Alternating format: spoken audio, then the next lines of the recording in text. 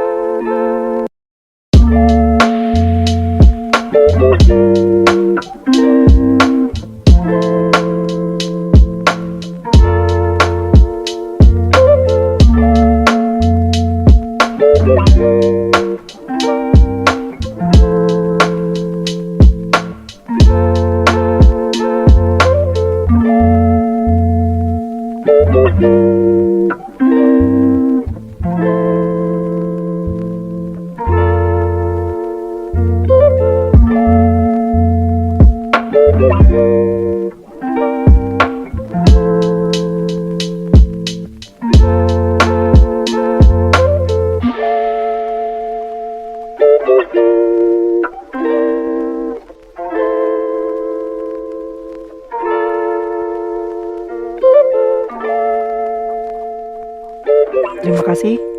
Berikutnya saya akan menjelaskan soal percobaan dari saudara Bagas tentang larutan dari mawar yang sudah diekstraksi sehingga menghasilkan sebuah zat yang dijadikannya sebagai indikator alami Nah, pertanyaannya adalah yang pertama itu kita harus tahu dulu kenapa sih mawar itu warnanya bisa berwarna seperti itu. Nah, artinya kan di situ ada sebuah zat. Nah, zat itu adalah antosianin. Apa sih antosianin? Jadi antosianin itu adalah sebuah zat ataupun senyawa organik dan dia itu punya kestabilannya itu rendah ketika dalam posisi basa ataupun netral. Nah, ini yang menyebabkan kemudian terjadinya sebuah perubahan pada kondisi basa, yaitu menjadi hijau ataupun coklat. Nah, ini yang kemudian tadi dibuktikan oleh saudara Bagas bahwa ketika dia dilarutkan ke dalam sebuah cairan asam ataupun cuka, itu berubahnya tidak terlalu dominan karena dia masih dalam kondisi yang masih bisa disebut sebagai stabil. Tapi ketika sudah kita larutkan ke dalam basa, dia berubahnya cukup dominan. Seperti itu. Terima kasih, saya kembalikan kepada moderator. Itu dia uji coba yang kedua. Sekarang kita akan melanjutkan ke uji coba yang ketiga. Kepada Kenneth William dan Anda Dian Putra, kami persilakan. Selamat pagi, salam sejahtera bagi kita semua. Saya Kenneth William dari 12 IPA 3. Saya akan melaksanakan praktikum indikator alami dengan menggunakan bahan wortel.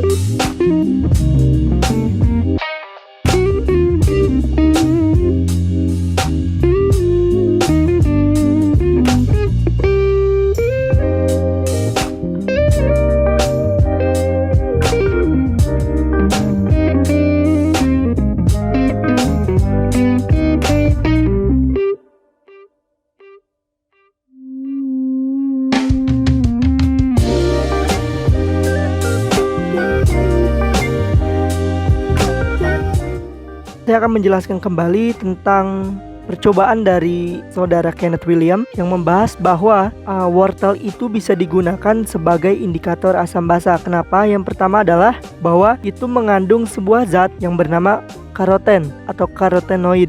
Nah, ini seperti zat-zat sebelumnya yang menyebabkan adanya warna dan juga adanya perubahan warna karena sifat dari zat tersebut. Nah, ini adalah contoh dari karoten untuk wortel. Wortel itu karotenoid. Kemudian pada karotenoidnya ini dia menghasilkan warna-warna ataupun pigmen warna yang bisa memantulkan warna-warna yang terang.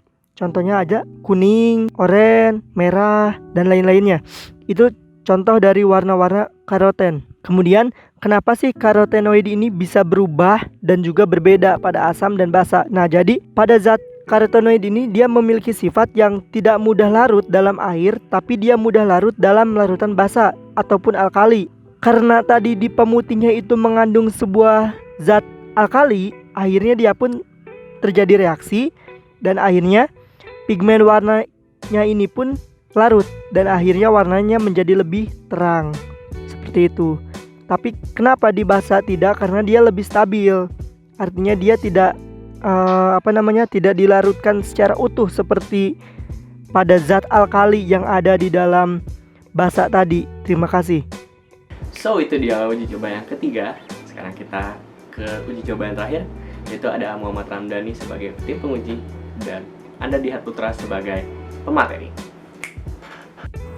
Assalamualaikum warahmatullahi wabarakatuh. Perkenalkan, nama saya Muhammad Ramdhani di kelas 12 IPA 3.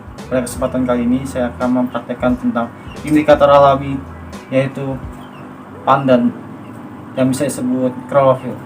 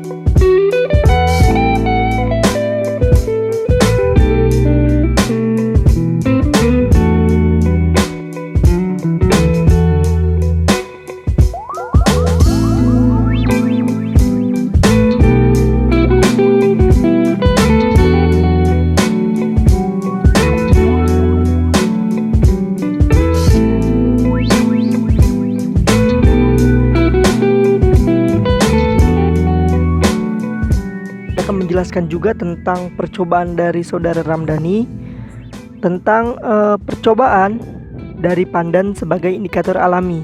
Nah, pada pandan itu sudah kita ketahui bahwa dia warnanya hijau, dan suatu zat yang berwarnanya hijau itu pasti identik dengan klorofil, dan itu juga terdapat dalam pandan. Nah, pertanyaannya adalah kenapa klorofil bisa menjadi indikator seperti itu. Nah, di sini kita harus tahu dulu bahwa klorofil itu sifatnya sangat stabil dan juga mudah berubah. Mudah berubah kenapa? Ion magnesium yang ada dalam klorofil itu mudah sekali tergantikan oleh ion H atau hidrogen, sehingga dia itu lebih mudah berubah menjadi warna coklat atau pheopitin namanya. Nah, tetapi ketika dia dalam kondisi basah, dia itu sifatnya lebih stabil. Nah, kan karena tadi apabila dia diganti oleh ion H, dia lebih mudah berubah. Kenapa? Karena asam itu kan memiliki pH-nya itu lebih tinggi, artinya hidrogennya kan lebih banyak. Nah, akhirnya itu pun menjadi sebuah indikator. Ketika hidrogennya banyak, artinya dia lebih mudah untuk berubah warna ataupun menjadi sebuah lebih pekat. Tapi ketika dia dalam kondisi basah, dia akan lebih stabil, soalnya dia hidrogennya itu lebih sedikit. Itu. Nah, akhirnya pada saat percobaan tadi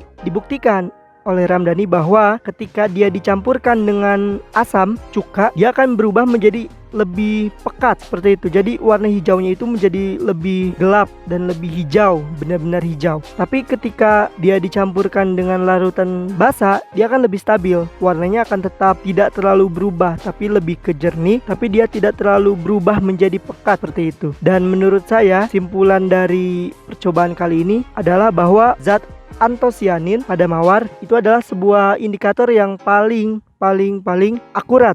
Kenapa? Karena dia perubahannya itu sangat dominan ataupun sangat drastis lah, dari yang tadinya berwarna pink menjadi warna hijau untuk basah seperti itu. Jadi kesimpulannya adalah antosianin memiliki keakuratan sebagai indikator yang paling tinggi seperti itu. Terima kasih. Oke, itu dia dari keempat pengujian yang kita lakukan selama di rumah. Dan tentu saja semua pengujian itu selalu menggunakan protokol kesehatan dan juga selalu menggunakan jas lab untuk keamanan. So, sekian video untuk kali ini. Kurang lebihnya mohon maaf. Saya Bima Fazar Dibuswa beserta tim penguji dan tim pemateri pamit undur diri. Terima kasih. Wassalamualaikum warahmatullahi wabarakatuh.